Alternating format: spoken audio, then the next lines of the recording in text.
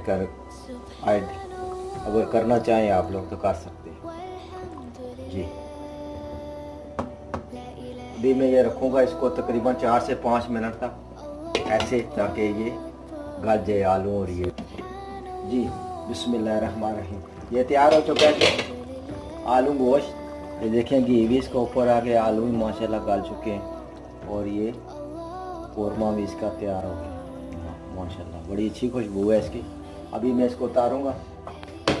ये उतार के इसके अंदर हल्का सा गरम मसाला जो पीस के रखा है कूटा हुआ वो जाएगा, तकरीबन आधी चाय वाली चम्मच, वो खुशबू के लिए होते हैं।